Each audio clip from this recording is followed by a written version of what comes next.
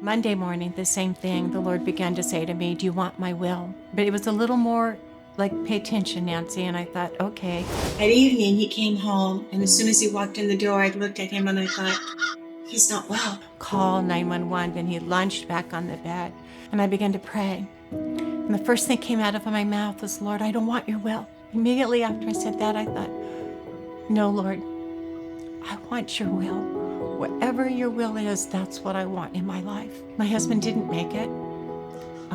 That was the day that he went home to be with the Lord. My life changed. I would think, Lord, we served you for 25 years. Then you take my husband and leave me with these children to raise. How am I going to do that? I can't do that. And it's like the Lord said, I know you can't. Apart from him, again, I can do nothing. And he began to tell me that. And it's like, just sit still. Just sit still and listen, and I'll walk you through that.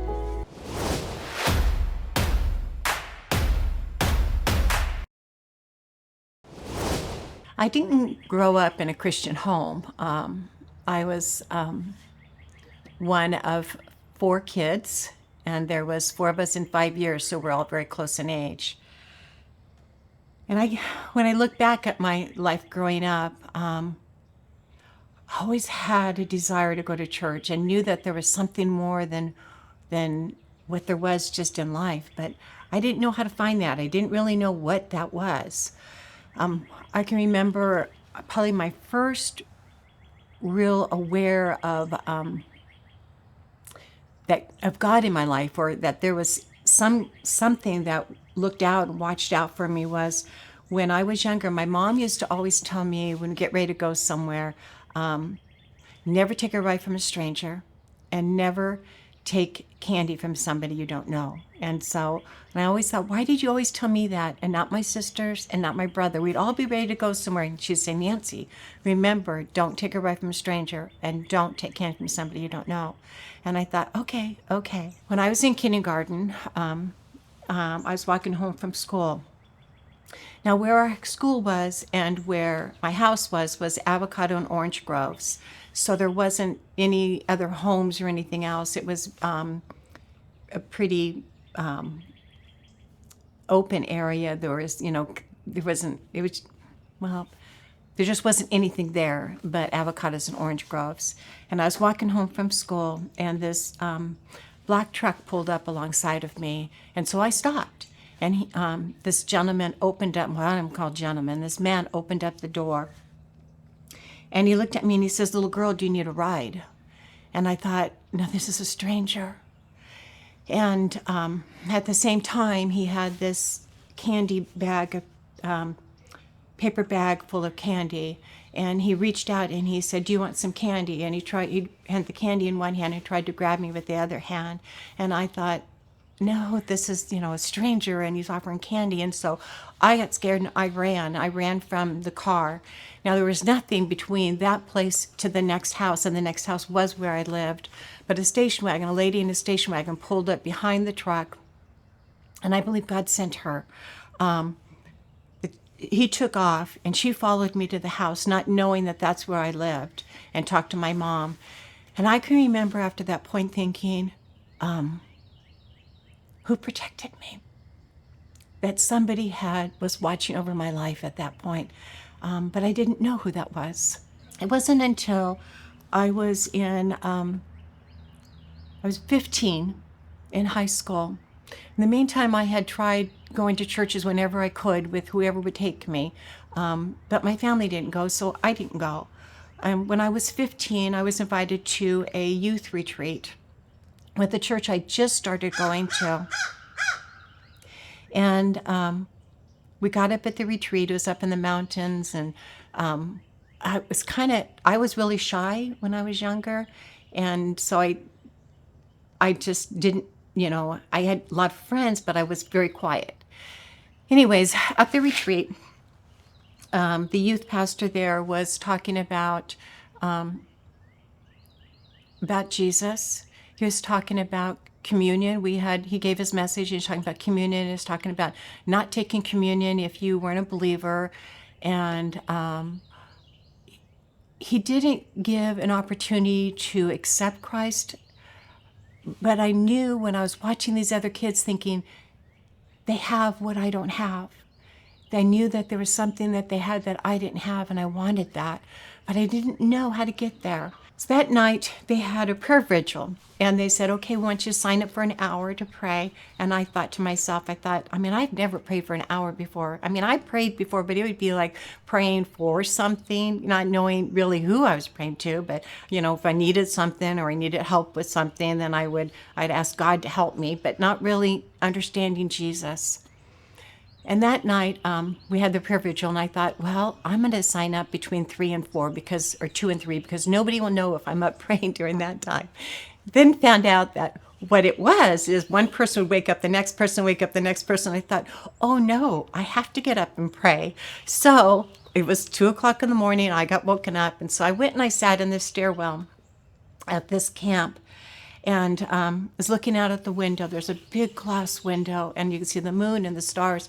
And I was sitting there, and that's where the Lord met me. I understood everything that I'd been hearing started making sense. And it was that night that changed my life. It was that night that I received Christ as my Savior. The next morning, I got up, and a girlfriend that was with me, we went for a walk around the camp. And as we were walking, it started snowing. By the time we got back to the camp, the ground was white, just white, covered, completely white. And the Lord brought back, I must say brought back to memory, because I don't even remember memorizing this verse, but the Lord had said to me, your sins were scarlet, now they're as white as snow. And I learned later that that was out of Isaiah. And I still, when I think of that verse, I think, thank you, Lord, that you met me there, and you spoke to me in things that I didn't know, but you made your word known to me. Shortly after at the camp, I met Dave, who after 5.5 years became my husband. So we dated through high school and into a couple years of college. 6 months after we got married, we went into full-time ministry. We went up and managed a camp up in the WIDOWHOOD Mountains. It was a youth camp. I loved it. I loved working with my husband up there, but I was apprehensive of going because the people that worked there before had been missionaries in Africa, and they spoke publicly all over the place. And I thought, oh Lord, don't make me speak publicly with people. I'll go. And I didn't know you didn't bargain with the Lord, but I started bargaining with the Lord. He says, I'll go if you'll give me kids and if you don't make me speak publicly. And so he honored that. He honored that before I even realized. By the time we moved up to the camp, I was expecting my first daughter, the first of 6 children. And he didn't make me speak publicly. But over the years, I began to grow in the Lord because I wasn't brought up knowing all the Bible stories that kids are brought up in Sunday school knowing. So I knew who Noah was, I knew who Adam and Eve was, but I didn't know all the stories. And it wasn't until years as I was teaching my kids in Awana, we started working in Awana clubs and opening up 5 different Awana clubs. And we started teaching our kids and other kids through Awana. And that's when I began to grow and understanding his word. As we became a part of a board of Awana board, they had asked me to speak at a conference, and I thought, I can teach kids, but I don't want to speak with adults. And it's like, no, don't make me do that. And I said, well, what do you want me to share? And they said, we want you to share on how do you help kids feel loved? And I thought, oh, I can do that. That's my heart. And so, and I thought, well, wait a minute. How many people? And they said, oh, there'll probably be about 60 people, and there'll be three seminars. So it's only like 20 people. And I thought, okay, I can do 20 people. Well, the day came. We get to the conference. We weren't the only ones that came. There were about 120 people, 130, 40 people that came to this conference. And immediately I'm dividing them by 3 thinking, oh, I can't do that many people. So and I thought, I just need to go home. My husband says, you can't just back out now. We're already here. They're already planning on you being there. And I thought, I can't do this. And so he runs and gets more copies made of my notes. I get into the classroom, and people start coming, and they start coming, and they start coming. There were so many that they were sitting on the floor. My husband comes in, he says, there's a line outside the door waiting to get into your classroom. And they were standing outside listening in the windows and sitting on the floor. And I can remember looking at them and thinking, I don't even know my name. And so I thought, I literally looked at them. It was time to start. And I remember going, just a minute. And I turned around to the chalkboard and I said, Lord, I can't do this. And I'll never forget what he said to me. He said, that's what I've been waiting for. To the point, he had to take me to that point where I had to realize that in my own power, I can do nothing. And it's only through the Lord that I have strength. So I shared that day, and that was the first of many times that I began to share. Was I always comfortable? No, not when I handled God's word. It had to be his word, and it had to be his word, nothing added to and nothing taken away from it. But I learned that apart from him, I don't ever want to be doing anything apart from him. So we continued in ministry, and we continued at the camp. The camp we were working at began to make some choices that weren't real honoring the Lord. And we began to pray that we knew the Lord had called us there, but we knew we couldn't leave until he released us. And so we began to pray. We prayed for 2 years that the Lord would, if this is not where he had us, that he would move us on. 2 years after praying, the Lord did that. And when we knew we were leaving, the camp had said, we want you to stay for 4 more months. And so for 4 months, we didn't know where we were going. That night, when we knew that we were leaving, the Lord as we were praying, the Lord had said to me, he says, you'll know in the middle of December. And this was August. And we thought, okay. So we began to pack up 25 years worth of, we've been at the camp for almost 25 years, pack up 25 years worth of accumulation and 6 kids and all their stuff. And so we began to pack things up over those 4 months, not knowing where we were going, but knowing that the Lord knew. We were involved in several other ministries, so we knew we weren't leaving the area, but we didn't know what that was going to look like, where we were going to end up. And so we just began packing. Then my husband came home one day and he said, honey, the camp down the road asked me if we'd be interested in coming and working for them. I thought, really? He said, yeah. And we knew them, and we knew the board members there because we'd been there for so long with working with all the camps in the area. And I said, wait a minute. He says, what? I says, what's the date today? He said, it's December 15th. Well, you don't get any closer to the middle of December than the 15th of December. So we thought, okay, Lord, you are so faithful. So we took that offer. We moved into town, and we lived in a house in town. We didn't live on the camp property, and my husband began to work at the new camp. I was helping to teach a women's Bible study group during the summer, and we were going through a study on breaking free and from the things that hold us captive. And that 4 days before it's on a Sunday morning, as I was preparing for that study, just in my own devotional time, the Lord began to say to me, do you want my will in your life? And I'm thinking, Lord, what is it in my life that's not your will? And then I, kind of thought about it a little bit. Then I went on with my day.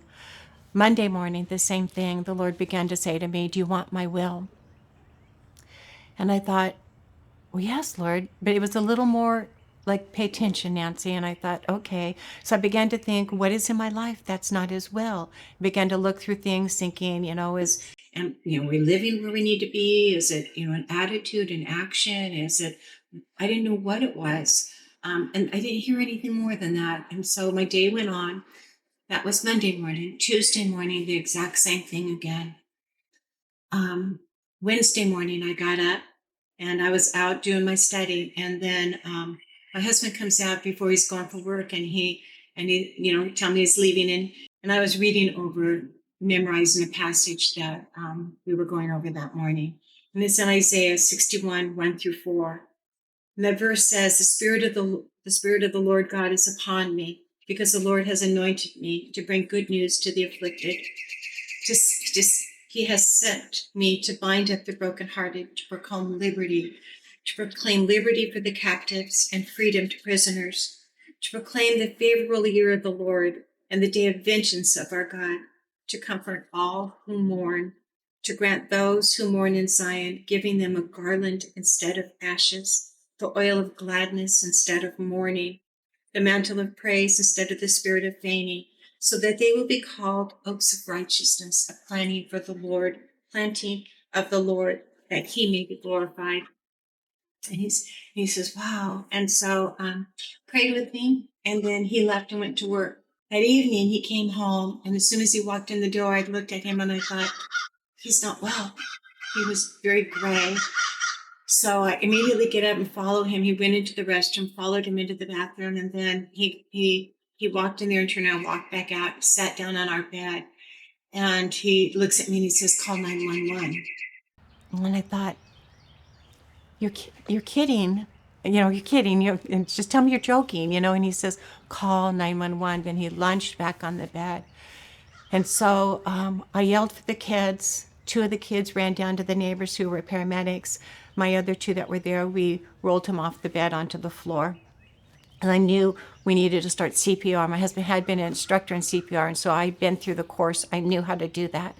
So we started CPR. We couldn't get an airway open. Paramedics arrived immediately, the neighbor, and started working on him.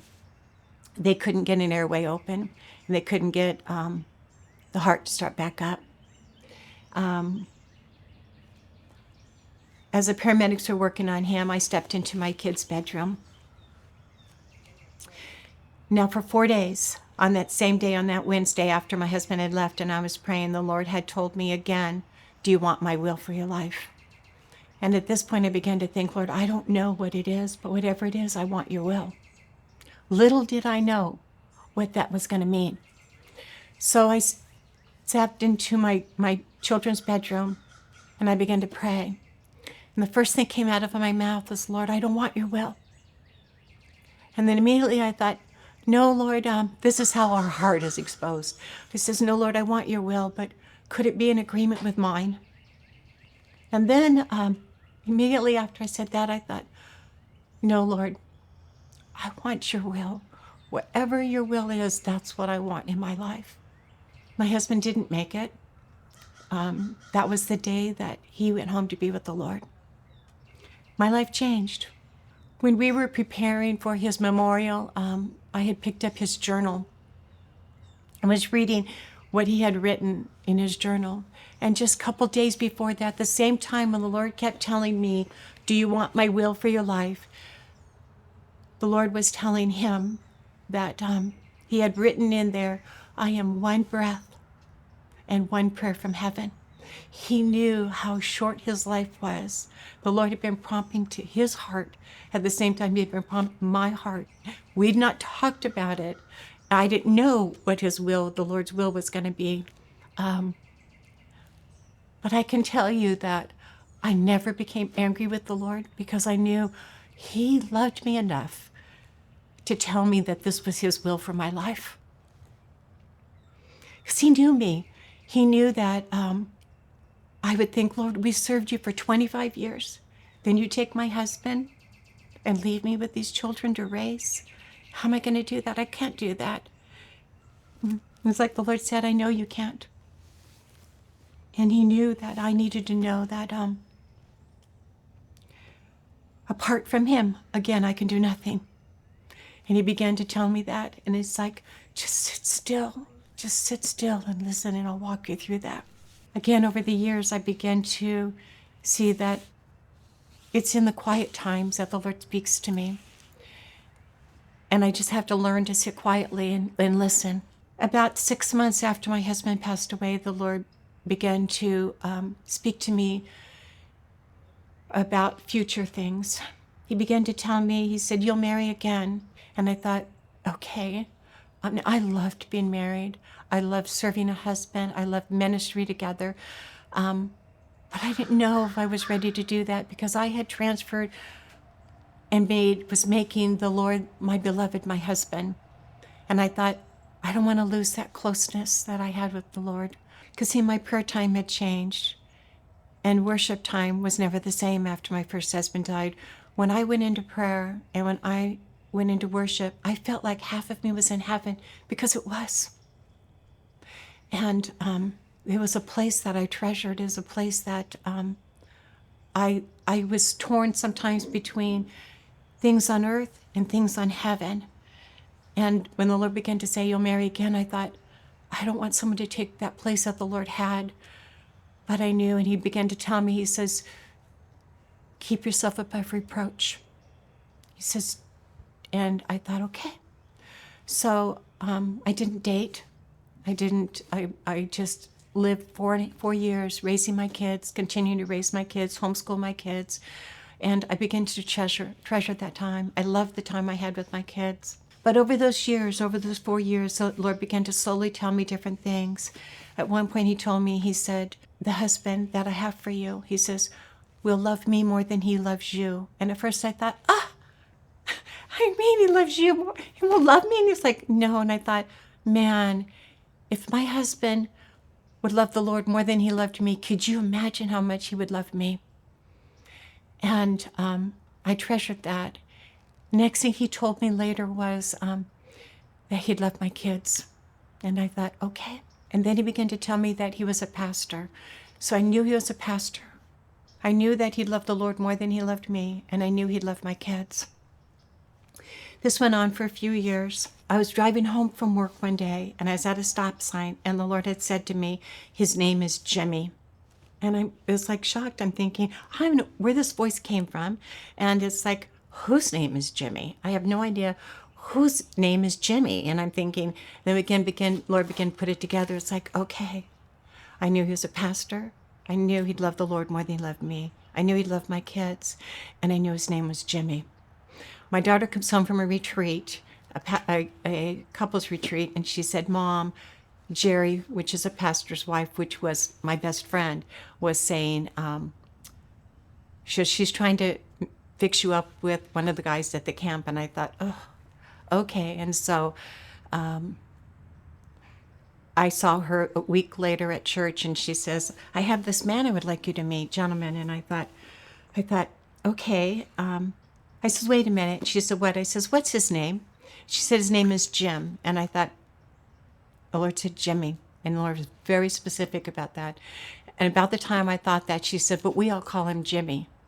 And I thought, okay. My friend ended up getting, my pastor's wife friend ended up getting cancer. So we walked through that for 4 months. So that kind of put off getting to meet Jimmy. But this was in February. About, I would say April, May, as I was praying every day, the Lord began to put upon my heart to pray for Jimmy, and to pray for two things. One was for his ministry. Now, I didn't know for sure that he was a pastor. I knew he was in ministry, but I didn't know to what capacity. And to pray for the void that was in his life. So I prayed that April, May, June, July, probably August. I went to my pastor's wife and I said, she was done with her chemo and stuff. And I said, okay, I need to meet Jimmy. I said, I just need the Lord just to stop bothering me about him. And so I can just move on. And so I ended up meeting Jimmy. We visited. He asked me that day, he said, is it okay if I call you again? I remember telling him, I said, you need to go home and pray about it. If you think it's more than just dating, fine. If you want just to date, I'm not interested in dating. And so, needless to say, a year, a month, and a day later, we ended up getting married. He was a pastor. He was a pastor at a Calvary Chapel in Green Valley Lake. And so I became right into ministry as a full-time senior pastor's wife. Another adjustment in my life. But God was doing a work, and he had prepared me for that. We did that for 15 years. And then the Lord began to move us on, and we knew that he was moving, but we didn't know what he was doing. A pastor in Hawaii had invited us, had been after Jim for several years to come over and be on staff with him. Then things began to change with other jobs that I was working at. My job the people who owned my job moved to another state, and so I wasn't working anymore. And he was also working at the camp along with being a pastor, and that job stopped too. So we thought, okay, Lord, now what do we do? So Bill had called us again, who was the senior pastor out in Hawaii, and asked us if we'd be interested in coming back out there. We prayed about it. We decided now's the time. Now, Hawaii, when I was younger, if you would have asked me if there's a place in the world where would you want to live, I would have said Hawaii. I loved the beach, and that would have been my dream. So here the Lord took us from the mountains to Hawaii. We went on staff there and loved it. We loved the people in Hawaii and loved the ministry that we had there.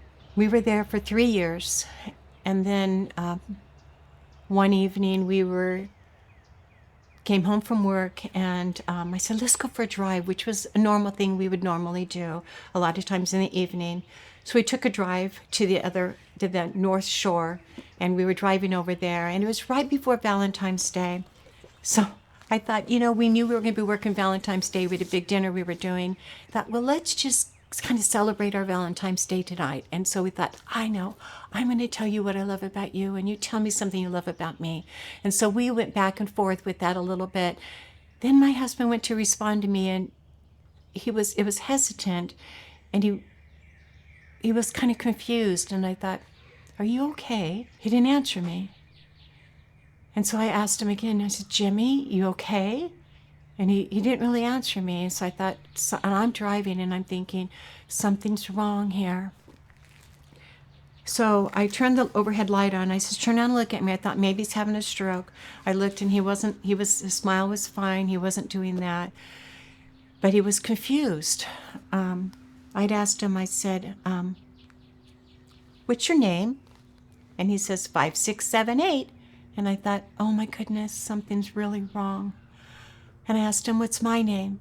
And he started to say Jen, which was my oldest daughter's name. And so I immediately, as I'm driving, call one of the other pastors at the church. And I said, I'm taking Jimmy to the hospital. He says, I'll meet you right there. So we get to the hospital. They didn't know. Immediately they looked at him and they said, we don't think he's having a stroke. They didn't know really what it was. Come to find out, he had gone into kidney liver failure. And so it was the ammonia that built up in his system that caused him to be confused. And this all started from, he had had COVID, and he had had a treatment done after COVID for the monoclonal therapy. Well, you can't have that. We're finding out later that if you have any kidney or liver damage, that it can damage the liver and the kidneys. So it damaged it shut down his liver. And so he ended up in the hospital, and he was there a total of almost 3 weeks. After 2 weeks of it, looked like he was going to get better. But then I went in to go see him one morning, and he looked like he was chewing on something. I thought, what are you chewing on? And I looked, and I realized he was having a seizure. So I went out to the nurse, and I said, he's seizing.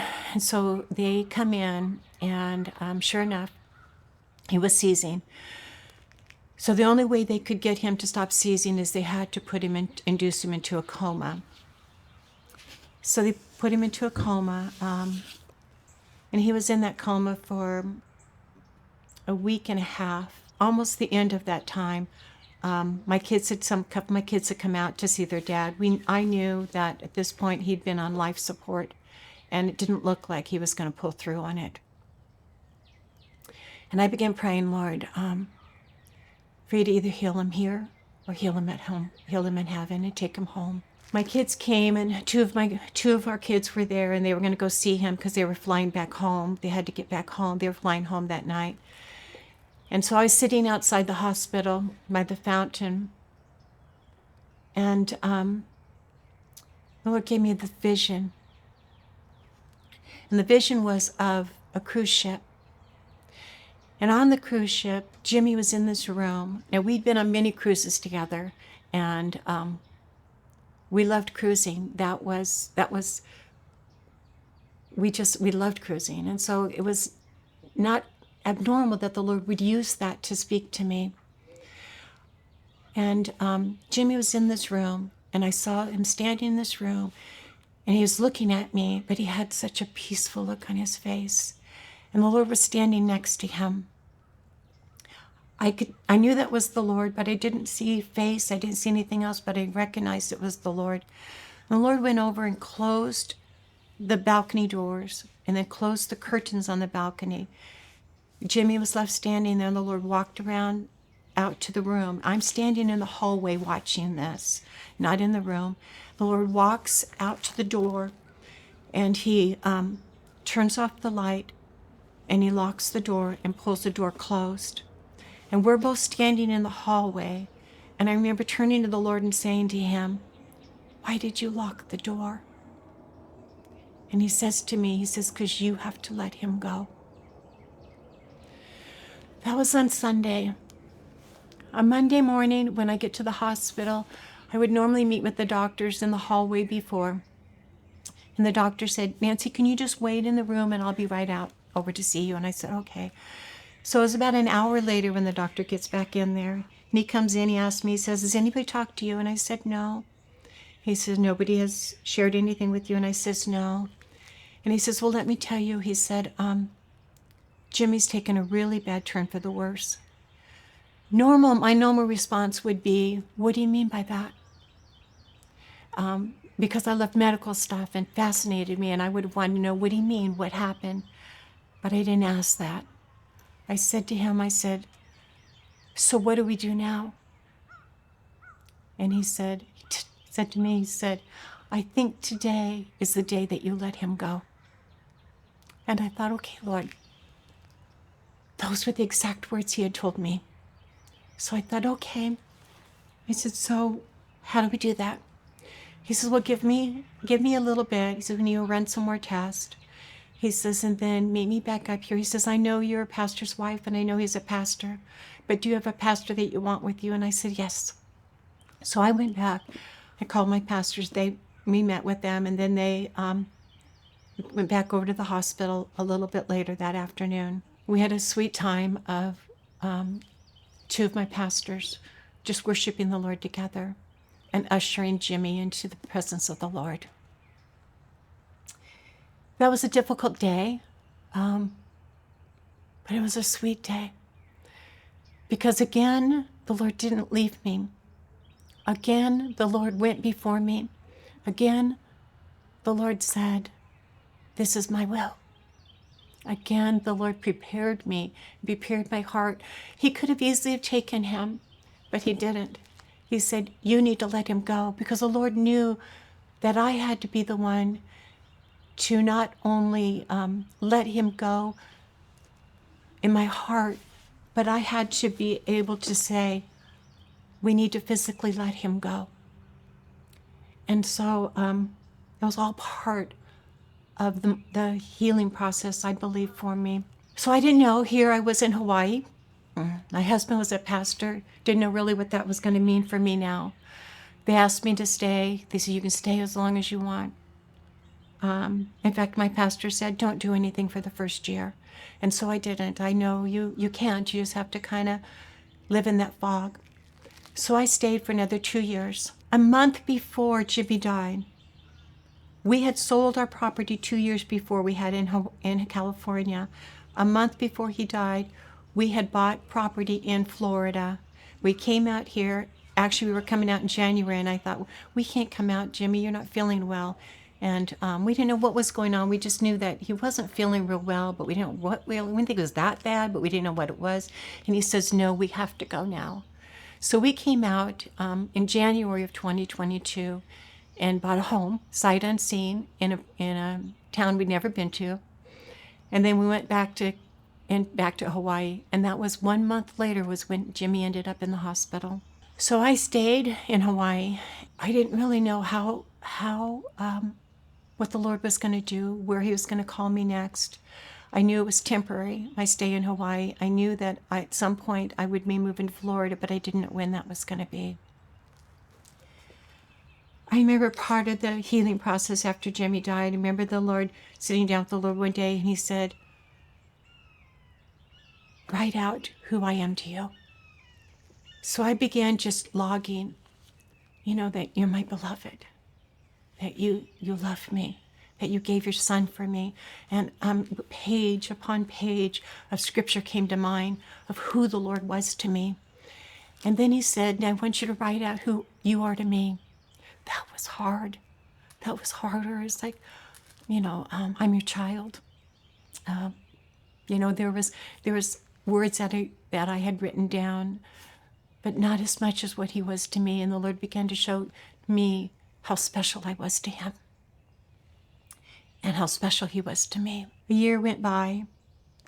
The first year after you lose someone, there's a fog that kind of comes over you. And I began to realize that fog is the Lord's way of enabling us to see through, to walk through it. That fog begins to lift a lot of times after the first year. And then reality begins to set in. But I learned to dwell in that place of just sitting at his feet. I was continuing in ministry, and the Lord began to put upon my heart to minister to other widows. So we started a widow's ministry and started ministering to the other widows that were in the church. And that was such a blessing, because as I began to minister to other people, the Lord began to heal my heart too. Then after 2 years, I knew I needed to come and check on my house in Florida. I'd been here once before. I hadn't been here since, at that point, I had not been back since Jimmy died. And I knew when I came back at that point that the Lord began to show me that this is where I needed to go. Before Jimmy died, we bought the house, he began to look at churches in the area.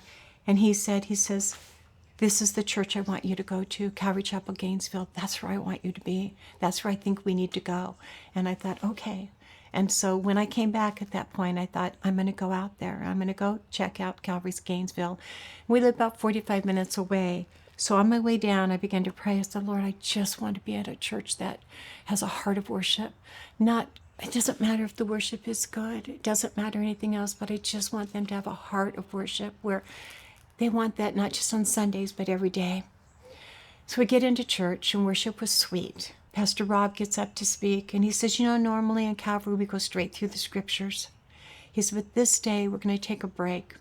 He says, and I want to look at a topic. I want to look at what does it mean to have a heart of worship. And I thought, Lord, thank you. I knew at that point, this is home, that I was home. Again, the Lord answered my prayer. And I knew, okay, this is where I need to live, and this is the church I need to be at. I knew I wasn't going alone. When I did end up moving out here, it was the first time that I didn't have children living with me. We moved to Hawaii. It was the first time Jimmy and I lived alone without our children. And then after Jimmy died, I lived in Hawaii for another 2 years without him. But I still was surrounded by my Ohana family there, my Hawaiian families. They become family, and they were like family. And I began to almost put security in them and in the church. And the Lord just wanted me to just be secure in who he was and allow him to do the work that he's calling me to and be okay with that. So when I moved out here to Florida, I knew that that it was just a time for me to be with the Lord and move me away from some of my securities, and it was just him and I. The Lord had shown me again that there's a statue that was made. Thoris Walden had chiseled out this statue of Jesus. And a lot of people were baffled by it when they would look at it. But when you got close enough and you looked at the base of the statue, there's a plaque on it that says, if you want to see his face, you must sit at his feet and look up. And when you sit at his feet and look up, then and only then will you see his face. And I have thought about that over and over many times. It's how often we need to just be sitting at his feet. And then as we look up, we see his face. And that's when we can hear his voice and hear him speak to us. We get so distracted with things going on in our life, our everyday life, that people say, well, how do you know God's voice? How did you know when he spoke to you and said, that's your will, or this is who you're going to marry? And it's only when we sit quietly before the Lord and we listen to his voice and expect him, listen with expectancy to have him talk to us, that we hear his voice. So that brings me to where I am today. I don't know what ministry the Lord has for me other than where I am now at Calvary. I know the Lord has put upon my heart to write, and he's given me a title, and it's From One Widow to Another. Kind of an oxymoron, from going from one widow to another widow, but it's really more ministering to one widow to another widow. I don't know when that's going to be complete. I don't know when that's going to be finished and done. All I know is today, I want to do what God's calling me to do. Today, I want to sit at his feet. I want to look up at that statue. I want to look at his face, and I want to hear his voice. And then, and only then, will I move forward. That's my story. That's his story in my life. He showed me that my life is like a book. And I know when I read, and as I read a book and I get closer and closer to the end of it, it's like I get so excited. I can't wait to see how it's going to end.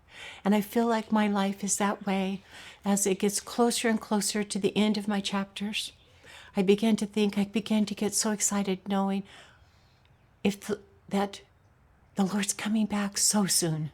So soon. And if he doesn't come back soon, my days on earth are shorter and shorter every day. There's been a lot of chapters in my life that have been hard. A lot of chapters in my life that have been filled with so much joy.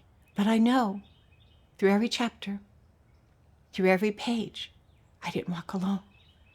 I knew through every page, every sentence, every word of my life that the Lord directed me. Did I always do exactly what the Lord asked me to do? No. But that's growing.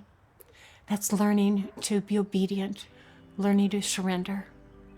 And he's grown me and continues to grow me. And I'm not afraid of the next chapter of my life because I know who the author is. And I know that he promises that he's got a plan for my life to prosper me and not for harm. And in that I rest. What does the next chapter hold? I don't know. But I know who holds the next chapter. It's been written already, and I can't wait to see what he's got for me. To widows, those that have lost husbands, that's your beloved. That's your heart, especially when you've had a marriage where you were one. I would say that as you can, allow the Lord to be your husband. Allow the Lord to take that place. Just don't run from him, but cling to him. I know after my first husband passed away, it was hard for me to think of marrying again in the sense that I didn't want to lose that closeness I had with my Lord. And when I married my second husband, he didn't take that away. He added to it. Well, what would I tell widows, and what have I told widows, is just stay in that fog. Allow that fog to hold you. Allow the Lord to hold you through the hard times. There'll be hard days ahead. And there's going to be days of rejoicing. Treasure the memories as he brings those sweet memories to mind. Treasure them. We have to remember that he's going to set stepping stones out for us, things that will bring us to healing. Everybody's going to mourn differently, and everybody's going to take their time in different times. Some will mourn fast, some will mourn long time for years. Stay where you need to stay in it, as long as you need to stay there. Let the Lord do the healing, and he will. And he will place those stepping stones for you. And slowly, little by little, he'll heal your heart. And then he'll fill that heart. He tells us that joy comes in the morning, and it does. He tells us that we are his joy, and we are. And as you heal, and as he begins to mend your heart, I would say to you, go forth in ministry. Go forth in ministering to others. Because as you minister to others and as you focus on other people, you begin to heal more, and your focus begins to come off of yourself. We can easily fall into a pity party, in a sense, and feel sorry for ourselves.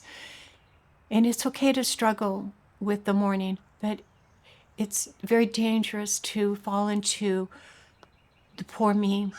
The Lord wouldn't have us be that way. He would have us allow him to heal us and allow him to see us through and allow him to strengthen us when we feel like we can't even lift our head. He tells us he's the lifter of our head. When we can't take the next step, he will carry us. When the path is rocky, he holds our hand. He won't let you stumble. He won't let you fall. And when you do, and if you do, he's there, right there to pick you up. I think of Peter when the Lord called him out to walk on the water, when Christ was walking on the water. And Peter got out of the boat and he started walking on water. And as long as his focus was on the Lord, he could walk on that water. But when he began to stop and move his focus off the Lord and began to look at the things around him, the surroundings around him, he began to sink. And as widows, that happens to us. When we begin to be overwhelmed with the things in life that we now have to take care of, whether it's raising children or finances or things breaking down in our house or our car breaking down, or you can name a million things. When we begin to take our focus off of the Lord and on the things that surround us, we begin to sink. And as you begin to sink, remember that he's just like with Peter. He was right there. He stretched his hand out and he pulled him in. He lifted him up. And he'll do the same for you. When you begin to sink, reach out. He's there. And he will lift you up. He loves you. And he loves me. And he wants us to go forth and minister to other widows, because we can do so in a way that others cannot. Let your broken heart be mended so you can also take what the Lord has strengthened in you to strengthen in others. I knew when the first time with this, when he told me about wanting his will with Dave, I knew the Lord knew my heart. I knew that the Lord knew that I had the capability to say, how dare you? I served you for 25 years, and then you take us away from where we had ministered, and then you take my husband and leave me with his children to raise, and I could have ran. I could have easily ran, but I thought, where would that have taken me? What my life would have been like. And the Lord knew I have to make it very plain to her, this is my will, because he knew that I would think, what are you doing? Yeah. And I think that there was that moment when I was marrying Jim, I thought, I don't know if I could do this again. And Jimmy used to always tell me, he says, I pray that you die before me. And I thought, oh, don't say that. And I said, well, who's going to take care of you if I die first? And he said, I don't want you to go through that again. Would that have been my choice? No. Was the second time much easier than the first? It was. Because I'd walked that walk. I knew that walk. And I knew that I didn't walk it alone.